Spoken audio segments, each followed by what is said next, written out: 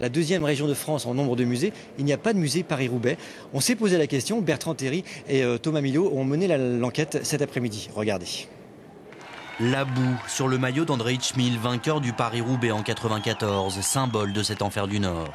Il y a aussi la poussière, comme sur ce maillot de Duclos-Lassalle de 93, conservé par Pascal Sergent, spécialiste de l'arène des classiques. Donc on voit encore quelques traces de poussière parce que naturellement il n'a pas été lavé. Mais beaucoup de poussière, une épreuve très dure cette année-là, très dure. Parmi les vestiges du Paris-Roubaix, cette affiche de 1935 avec le portrait de Gaston Rébry, triple vainqueur de l'épreuve. En 111 ans d'histoire, la course a généré bien des trésors. Pascal Sergent en a consigné quelques-uns dans un ouvrage et selon lui, un musée du Paris-Roubaix serait une très bonne idée.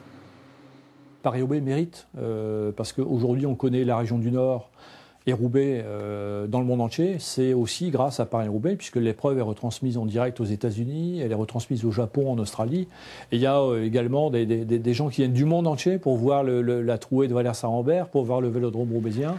Juste à côté de cette trouée de Walers-Sarambert, la municipalité compte bien le réaliser, ce musée, et l'intégrer à la réhabilitation de son patrimoine minier. Le lieu pourrait s'installer ici au pied du Chevalement, dans cette vieille maison de Porion, un investissement d'au moins 3 millions d'euros.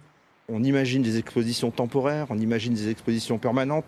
On souhaite aussi avoir un lieu de vie avec la mise en place d'une brasserie, mais aussi à côté une salle de conférence. Voilà, pour l'instant, on a beaucoup d'idées qui trottent dans la tête. Maintenant, il faut les inscrire sur le papier.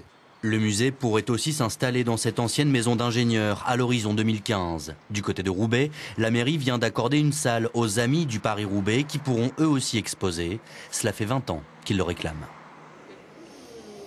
Voilà, un musée Paris-Roubaix, pourquoi pas, confirmé par nos internautes. Ils ont voté aujourd'hui, 78% des votants disent qu'il faut un musée Paris-Roubaix. JPR Duclos-Lassalle, je suis sûr que vous avez des maillots, des vélos à donner. C'est une bonne idée quand même ça, non? J'ai des maillots, s'il y a un musée qui se crée, j'enverrai un de mes maillots, ou de mes deux maillots, puisque l'un c'était le Z et l'autre c'était le GAN.